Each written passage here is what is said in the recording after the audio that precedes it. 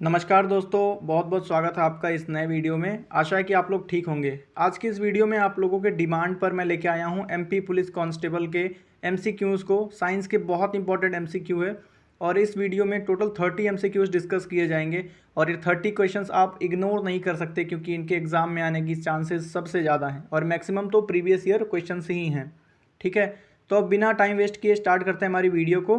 Video के last में आपको कमेंट करके बताना है कि 30 में से आपने कितने सही किए हैं। 30 चैलेंज है, आप लोग करो, बहुत इंपॉर्टेंट क्वेश्चन है। ठीक है, पहला क्वेश्चन आता है, पृथ्वी की सबसे ऊपरी परत को क्या कहा जाता है? ऑप्शन नंबर ए भूरपट्टी, option number B mantle, C core, D crust.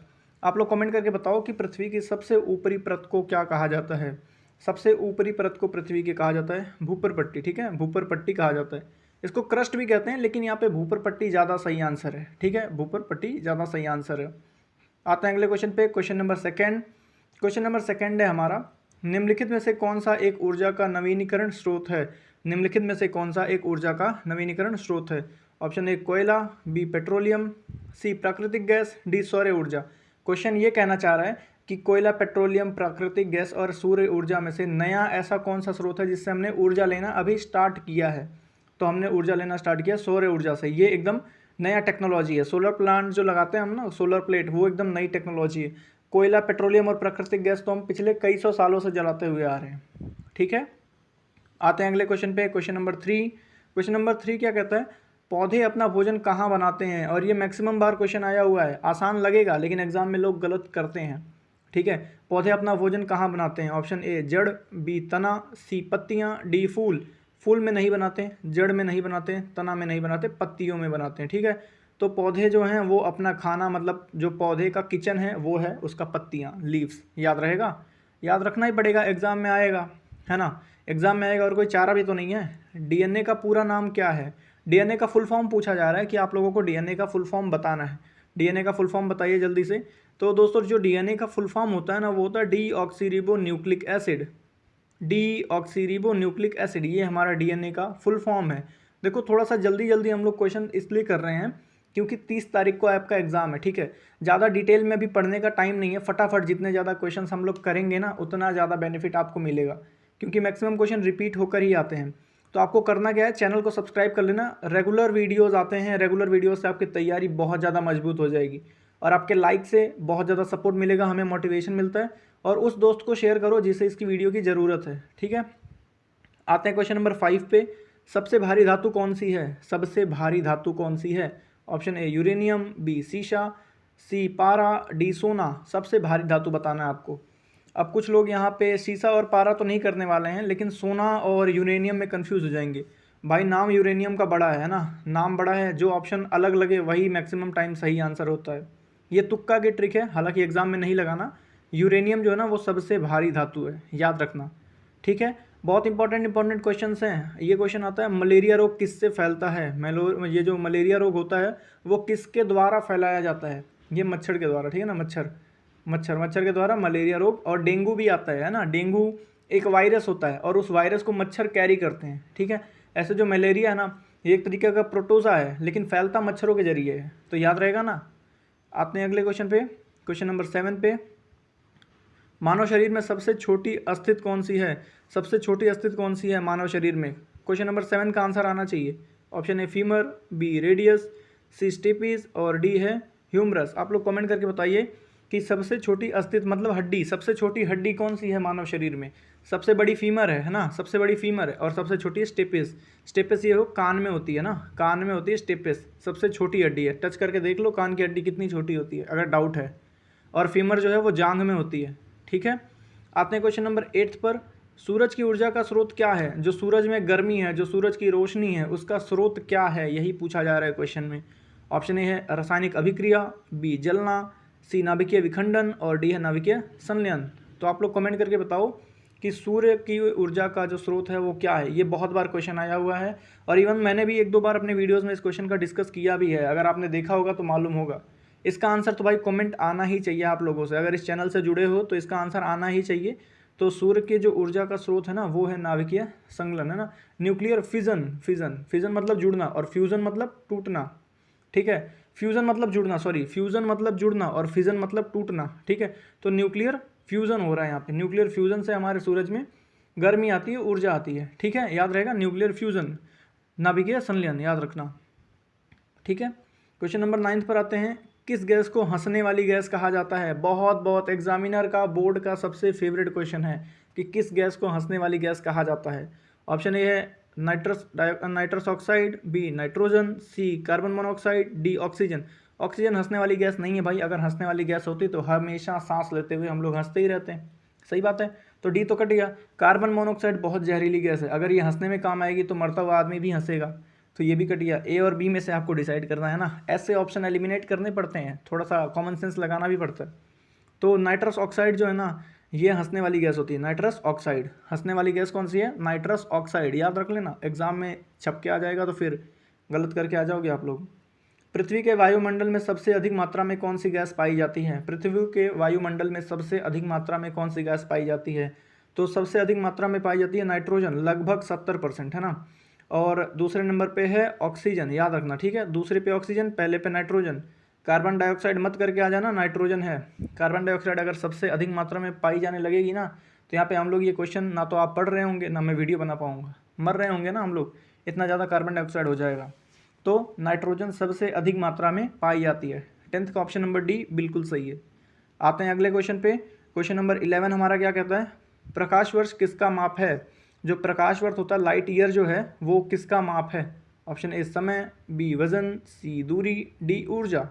तो जो प्रकाश वर्ष होता है ना दोस्तों, ये असल में दूरी होती है, ठीक है। दूरी मतलब जैसे एक सूरज से किसी और सौरमंडल में सूरज है, तो उन दोनों के बीच में जो दूरी निकाली जाती है ना, वो किलोमीटर में नाप नहीं पाएंगे, मतलब इतना बड़ा नंबर आएगा कि कॉपी पर लिखा नहीं जाएगा, है ना। तो उसको आसान बनाने के लिए पढ़ने में दूरी के लिए लाइट ईयर का यानी प्रकाश वर्ष का यूज़ किया जाता है, बहुत बड़ी बड़ी दूरी नापने के लिए, ठीक है। अगला क्वेश्चन है क्वेश्चन नंबर 12, शरीर में इंसुलिन का निर्माण कहाँ होता है। इंसुलिन का निर्माण कहाँ होता है, ये अगर अगर बायोलॉजी आ रहा है तो ये वाला क्वेश्चन तो जरूर आएगा कि शरीर में इंसुलिन का निर्माण कहाँ होता है। तो इंसुलिन का निर्माण होता है अग्नाशय में, ठीक है, अग्नाशय में, है ना, याद रहेगा। इंसुलिन का निर्माण कहाँ होता है, क्वेश्चन नंबर 12 का आंसर ऑप्शन नंबर डी, अग्नाशय में इंसुलिन का निर्माण होता है। यकृत मतलब लीवर, है ना, और बी गुर्दे मतलब किडनी, सी हृदय मतलब हार्ट। तो इन सब जगहों नहीं होता है, इंसुलिन का निर्माण जो होता है अग्नाशय में होता है, याद रखना, ठीक है। क्वेश्चन नंबर 13 पर आते हैं, परमाणु का सबसे छोटा कण कौन सा है। परमाणु का सबसे छोटा कण कौन सा है। ऑप्शन ए है प्रोटॉन, बी न्यूट्रॉन, सी इलेक्ट्रॉन, डी अणु। परमाणु का सबसे छोटा कण कौन सा है, क्वेश्चन नंबर 13 यही पूछ रहा है। तो परमाणु का जो सबसे छोटा कण है वो है इलेक्ट्रॉन, है ना। परमाणु का सबसे छोटा कण इलेक्ट्रॉन है, याद रहेगा, परमाणु का सबसे छोटा कण इलेक्ट्रॉन है, ठीक है, याद रखना। आते हैं अगले क्वेश्चन पे। अगला क्वेश्चन क्या कहता है कि बर्फ पानी पर क्यों तैरती है। ऑप्शन बताइए, ये मतलब आंसर तो आना चाहिए, बर्फ पानी पर क्यों तैरती है। ऑप्शन ए उसका घनत्व कम होता है, बी ठंडी होती है, सी आकार छोटा होता है, डी पारदर्शी होती है। इसका आंसर तो मैक्सिमम लोग गलत ही करेंगे, और अगर सही आता है तो कमेंट करके बता दो आप लोग, चैलेंज है। इस आंसर का 14 का चैलेंज है, आप लोग कमेंट कर दो, कोई भी ओपन चैलेंज है। बर्फ इसलिए तैरती है भाई क्योंकि उसका घनत्व कम होता है। कोई भी चीज़ पानी पे तभी तैरेगी उसका जब डेंसिटी यानी घनत्व कम होगा, ठीक है। तो बर्फ़ जो है पानी पे उसका घनत्व कम होता है बर्फ़ का, इसलिए पानी पर तैरती है। पानी का घनत्व बर्फ़ के घनत्व से ज़्यादा होता है और बर्फ़ का घनत्व पानी के घनत्व से कम होता है, ठीक है। आते हैं अगले क्वेश्चन पे, क्वेश्चन नंबर 15। देखो यहाँ तक आ गए हो ना दोस्तों, तो वीडियो को बिना लाइक किए मत जाना प्लीज़। आपके एक लाइक से और एक सब्सक्राइब से बहुत ज़्यादा हमें मोटिवेशन मिलता है और वीडियोस बनाने का, ठीक है। क्वेश्चन नंबर 15 क्या कहता है, विटामिन डी शरीर को किससे प्राप्त होता है। ऑप्शन ए सूर्य की किरणों, बी फल, सी दूध, डी अनाज। फल दूध अनाज से नहीं होता, ठीक है। विटामिन डी प्राप्त होता है सूर्य की किरणों से। अब ऐसा नहीं है कि सूर्य की किरणें अपने साथ विटामिन डी ला रही हैं और हमें पहुंचा रही हैं, ऐसा नहीं होता। एक्चुअली क्या होता है ना, जब विटामिन डी हमारे मतलब सूर्य की किरणें हमारे शरीर पर टकराती हैं तो हमारे शरीर के अंदर ही विटामिन डी बनने लगता है, ठीक है। तो मतलब एक तरीके से ये जो सूर्य है ना, ये सूर्य की रोशनी यही जिम्मेदार है, ठीक है। क्वेश्चन नंबर 16 पर आते हैं, लोहे में जंग किसके कारण लगती है। लोहे में जंग लगती है ऑप्शन नंबर ए अम्ल, बी धूप, सी ऑक्सीजन, डी वायु और नमी। वायु और नमी की वजह से लोहे में जंग लगती है, ठीक है। अम्ल नहीं होगा, धूप नहीं होगा, ऑक्सीजन नहीं होगा, जब वायु और नमी दोनों साथ आ जाते हैं तो लोहे में जंग लग जाती है, ठीक है। अगला क्वेश्चन, क्वेश्चन नंबर 17 क्या है, मनुष्य के शरीर में कितनी हड्डियाँ होती हैं। ये तो बहुत आसान सवाल है ना, मनुष्य के शरीर में कितनी हड्डियाँ होती हैं। लेकिन कई बार क्या होता है, जल्दीबाजी के चक्कर में एग्जाम हॉल में ये सवाल भी गलत हो जाता है। मनुष्य के शरीर में टोटल 206 हड्डियाँ होती हैं, याद रहेगा ना, टोटल 206 हड्डियाँ मनुष्य के शरीर में होती हैं। क्वेश्चन नंबर 18 पर आते हैं। क्वेश्चन नंबर 18 क्या कहता है, मानव शरीर का सबसे बड़ा अंग कौन सा है। मानव शरीर का सबसे बड़ा अंग कौन सा है। ऑप्शन ए त्वचा, बी यकृत, सी मस्तिष्क, डी हृदय। सबसे बड़ा अंग कौन सा है मानव शरीर का, आप लोग कमेंट करके बताइए। 18 का सबसे बड़ा अंग जो है ना भाई, वो है त्वचा। त्वचा देख लो, जहाँ भी नज़र जाएगी आपके शरीर पे हर जगह त्वचा आपको देखने को मिलेगा, है ना। तो त्वचा सबसे बड़ा अंग है मानव शरीर का। आते हैं क्वेश्चन नंबर 19 पर। क्वेश्चन नंबर 19 क्या कहता है, ध्वनि किस माध्यम में सबसे तेज चलती है। जो ध्वनि है, ध्वनि साउंड, वो किस मीडियम में सबसे तेज चलता है। तो जो साउंड है वो किस मीडियम में सबसे तेज चलता है, यही पूछा जा रहा है। द्रव्य means liquid, gas means gas, निर्वात मीन्स एक तरीके से कहते हैं वैक्यूम, और ठोस मीन्स सॉलिड। तो ध्वनि जो है ना वो सॉलिड में सबसे ज़्यादा तेज चलती है। अगर डाउट है तो जिस तख्त पर बैठे हो उसको बजा करके देख लो आप, है ना, सबसे तेज उसी में चलेगी। और पानी में कभी चुटकी बजा के देख लेना, आवाज़ बहुत धीरे आएगी। ओके, आते हैं क्वेश्चन नंबर 20 पे। क्वेश्चन नंबर 20 क्या कहता है, ओजोन परत किस गैस से बनती है। ओजोन परत जो है हमारे पृथ्वी के चारों ओर, वो किस गैस से बनी हुई है। Option A carbon, B chlorine, C nitrogen, D oxygen. अब देखो, अगर यहाँ पे ओजोन होता ना तो हम लोग वो सही करते हैं, लेकिन ओजोन जो होता है वो O3 होता है, ठीक है, और ऑक्सीजन जो होता है वो O2 होता है। तो O2 से ही O3 बनता है, तो इसलिए ऑक्सीजन करेंगे हम लोग, ठीक है। लेकिन अगर यहाँ पे ऑक्सीजन की जगह ओजोन लिखा होता तो ओजोन सही होता, ठीक है। याद रहेगा ना कि अगर ओजोन आ गया तो ओजोन करना है, ऑक्सीजन आ गया तो ऑक्सीजन करना है, ठीक है, याद रखना ओजोन परत के लिए। अगले क्वेश्चन पर आते हैं। क्वेश्चन नंबर 21, लाल रक्त कणिकाओं का निर्माण कहाँ होता है। लाल रक्त जो कोशिकाएं होती हैं, रेड ब्लड सेल्स होते हैं हमारे बॉडी में, उनका निर्माण कहाँ होता है। ऑप्शन ए यकृत, बी अस्थित मज्जा, सी हृदय, डी गुर्दे। तो गुर्दे और हृदय में तो नहीं होगा ना, रेड ब्लड सेल्स का नहीं होता है। यकृत मीन्स लीवर, यहाँ पर भी नहीं होगा। अस्थित मज्जा यानी बोन मैरो में होता है, ठीक है, बोन मैरो में रेड ब्लड सेल्स का निर्माण होता है। याद रहेगा ना आप लोगों को कि अस्थित मज्जा में रेड ब्लड सेल्स का निर्माण होता है। ओके, आते हैं क्वेश्चन नंबर 22 पे। तापमान मापने का यंत्र कौन सा है। जब बुखार हो जाता है तो डॉक्टर कौन सा यूज करता है आपका बुखार नापने के लिए। थर्मोमीटर करता है ना, तो वो चेक ही तो करता है कि बॉडी का टेम्परेचर कितना है। तापमान ही तो मापा जाता है एक तरीके से, तो तापमान मापने वाला यंत्र है थर्मोमीटर, ठीक है, थर्मोमीटर। आते हैं अगले क्वेश्चन पे। क्वेश्चन नंबर 23, कौन सा धातु कमरे के तापमान पर द्रव्य अवस्था में रहती है। मतलब अपने रूम टेम्परेचर पे ऐसा कौन सा मेटल है जो लिक्विड में रहता है ना। लिक्विड में ऐसा कौन सा रहता है, पारा, मर्क्यूरी। मर्क्यूरी जो है ना, ये अपने रूम टेम्परेचर पर भी, मतलब सामान्य टेम्परेचर पर ना बढ़ाएं ना घटाएं, तो सॉलिड नहीं बल्कि ये लिक्विड में रहती है। और ये क्वेश्चन आता है, ये बहुत इंपॉर्टेंट क्वेश्चन है, बोर्ड का ये फेवरेट क्वेश्चन है एक तरीके से कहें, याद रख लेना, इग्नोर मत करना इस सवाल को, बहुत बार आया हुआ है। अगला क्वेश्चन देखते हैं। क्वेश्चन नंबर 24, बिजली के बल्ब का जो फिलामेंट है वो किससे बनता है। पहले जो आते थे ना 10 रुपये वाले बल्ब शीशे के, तो उसमें क्या होता है, एक पतली सी तार होती है, वही जलती है, उसको कहते हैं फिलामेंट। तो यही पूछ रहा है कि जो बिजली के बल्ब में फिलामेंट होता है वो किस मेटल से बना हुआ है। जो फिलामेंट होता है ना वो टंगस्टन से बना हुआ होता है। टंगस्टन से इसलिए बना होता है क्योंकि इसका मेल्टिंग पॉइंट बहुत ज़्यादा हाई होता है। मतलब जब एक साथ बहुत ज़्यादा लाइट, बहुत ज़्यादा वोल्टेज आता था ना, तभी वो बल्ब फ्यूज हो जाता था, ठीक है। तो ये टंगस्टन का बना हुआ होता है, टंगस्टन का, ठीक है, टंगस्टन याद रहेगा। बिजली का फिलामेंट जो है, बिजली के बल्ब का फिलामेंट जो है वो टंगस्टन से बना हुआ रहता है, ठीक है। आते हैं अगले क्वेश्चन पे 25 नंबर पे। पादपों में जल के उत्सर्जन की प्रक्रिया क्या कहलाती है। पादपों में जल के उत्सर्जन की प्रक्रिया क्या कहलाती है।